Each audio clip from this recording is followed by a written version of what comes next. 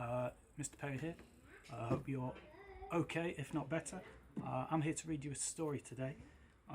It's a picture book story, but there are lots of great writers around who can write really skillfully, so they can appeal to little children, also to older children, and to adults as well.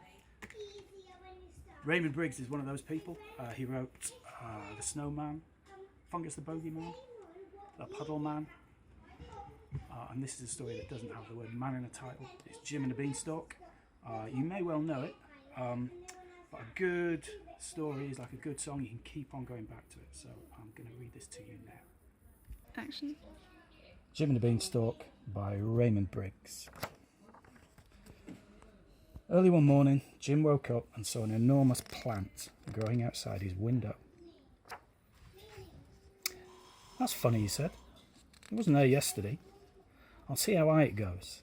And he began to climb up the plant. "It certainly is a big plant," he said as he went into the clouds.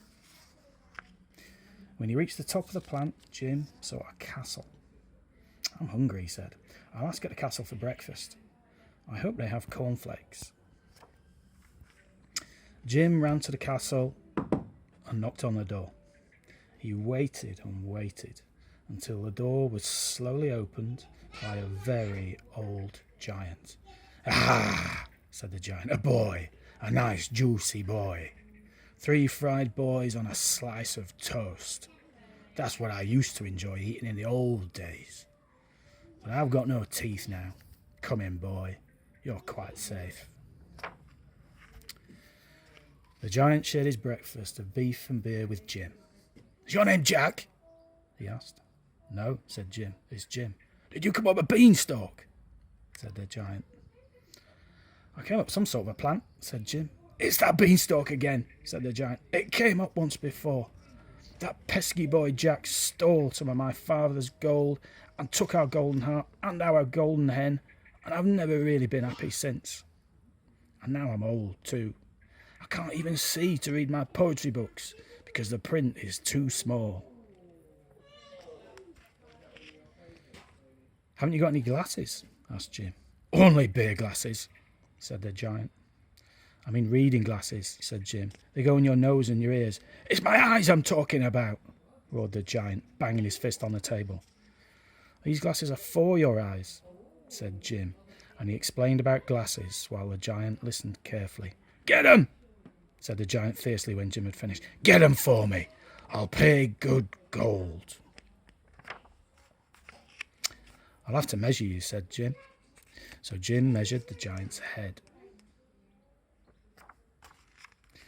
The giant gave Jim a gold coin, and Jim climbed down the beanstalk as fast as he could, holding tight to the coin, and he showed the coin to his mother, but before she could say anything, he got dressed and ran off to the oculist.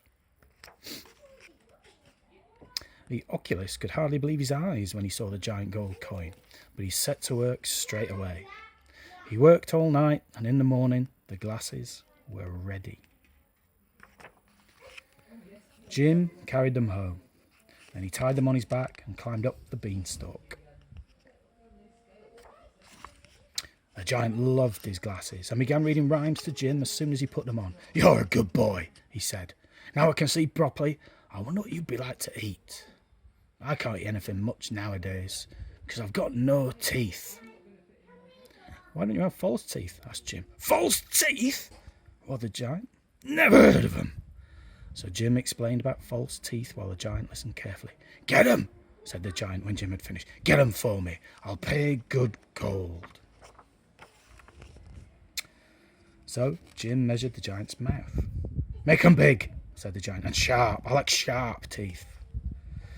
The giant gave Jim another gold coin, and Jim climbed down the beanstalk as fast as he could, holding tight to the coin. He showed the coin to his mother, but before she could say anything, he ran off to the dentist. The dentist could hardly believe his eyes when he saw the giant gold coin, but he set to work straight away. He worked all night, and in the morning the teeth were ready. Jim carried them home, then he tied them on his back and climbed up the beanstalk. The giant loved his new teeth. He jumped up and down, champing his jaws and gnashing the teeth until the sparks flew. Then the giant sat down and looked at himself in the mirror. "Ah," he said, "I used to be a good-looking lad. Great head of flaming red hair I had. Now look at me." "Why don't you have a wig?" asked Jim. "A wig?" roared the giant. "Never heard of a wig." So Jim explained about wigs while the giant listened carefully. "Get one," said the giant when Jim had finished. "Get one that's red and curly. I'll pay good gold." So Jim measured the rest of the giant's head. The giant gave Jim another gold coin, and Jim climbed down the beanstalk as fast as he could, holding tight to the coin. He showed the coin to his mother, but before she could say anything, he ran off to the wig maker. The wig maker could hardly believe his eyes when he saw the giant gold coin, but he set to work straight away. He worked all night, and in the morning the wig was ready. Jim carried it home, and he tied it on his back and climbed up the beanstalk. The giant loved his wig. "I look about 100 years younger," he said.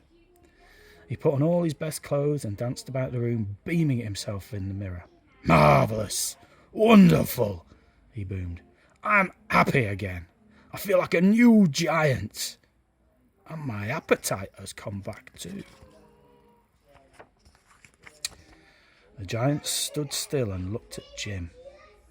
"Fried boy," he said thoughtfully. Jim waited to hear no more. He ran to the beanstalk, slid down as fast as he could, and landed below in a heap. Above him, he could hear the thunder of the giant's footsteps.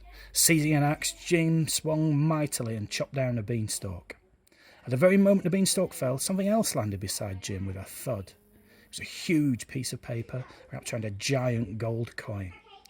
On the paper was written, "Dear Jim, thank you for the teeth and the glasses. Also the lovely wig. Your friend, the giant." Jim ran inside and showed the giant gold coin to his mother. "At last you can keep a coin for yourself," she said. And somewhere in the distance, Jim heard the rumble of giant laughter. Okay, so there you go. That's the story of Jim and the Beanstalk. So if you've got any time in your hands over the next few weeks, and you might do, think about writing a story like this yourself. Take a well-known fairy tale, something like Goldilocks and the Three Bears, The Gingerbread Man, and see what weird and wonderful things you can do with it. Okay, hope you enjoyed that as much as I did. See you later. Bye-bye.